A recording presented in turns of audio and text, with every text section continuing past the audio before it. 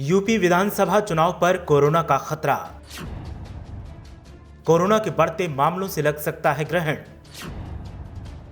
क्या कोरोना की वजह से टल सकता है चुनाव?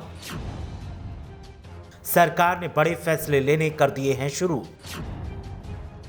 हाईकोर्ट ने भी यूपी सरकार को दे दी एक बड़ी चेतावनी। चुनाव आयोग को भी हाईकोर्ट ने वक्त से पहले चेताया। बढ़ते कोरोना मामले बन सकते हैं फिर से मुसीबत। कोरोना के बढ़ते मामले एक बार फिर चिंता का सबब बनते जा रहे हैं और बढ़ता कोरोना एक बार फिर सियासी मुसीबत खड़ी कर सकता है। दूसरी लहर के दौरान पंचायत चुनावों में जो हालात देखने को मिले थे, कहीं वैसे ही हालात फिर से विधानसभा चुनावों में भी न बन जाएं, इसको लेकर चिंता जाहिर की जा रही है और प्रदेश की योगी सरकार ने भी सख्त फैसले लेने शुरू कर दिए हैं। कोर्ट की तरफ से भी राजनीतिक दलों और सरकार को चेताया जा रहा है। ऐसे में सवाल इस बात का है कि क्या विधानसभा चुनाव टाले जा सकते हैं और क्या प्रदेश में फिर से पाबंदियों का दौर शुरू होने वाला है।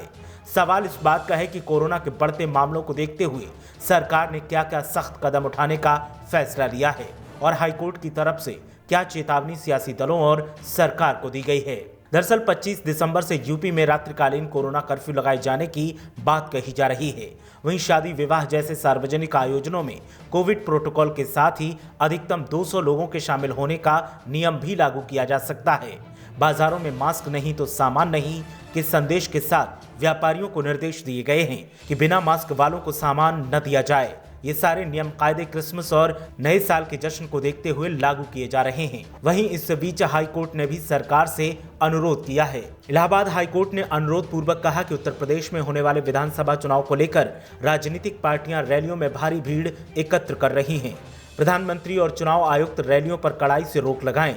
राजनीतिक पार्टियों से कहा जाए कि वे चुनाव प्रचार इलेक्ट्रॉनिक माध्यम और समाचार पत्रों के माध्यम से करें। हाईकोर्ट ने साफ किया है कि प्रधानमंत्री चुनाव टालने पर भी विचार करें, क्योंकि जान है तो जहान है। वहीं 2022 से विधानसभा चुनाव फिर से पास में हैं, जिसके चलते राजनीतिक दलों की रैली और जनसभाओं में लाखों लोगों की भीड़ लगातार जुट रही है। सत्ता पक्ष और विपक्षी दल के नेता लगातार चुनावी जनसभाएं और बैठकें कर माहौल बनाने में जुटे हैं। इन चुनावी रैलियों में कोरोना नियमों का पालन कहीं नहीं हो रहा है। ऐसे में हाईकोर्ट ने कहा है कि इसे समय रहते नहीं रोका गया तो परिणाम दूसरी लहर से कहीं ज्यादा भयावह हो सकते हैं। ऐसी दशा में संभव हो तो फरवरी में होने वाले चुनावों को 1-2 महीने के लिए टाल दिया जाए।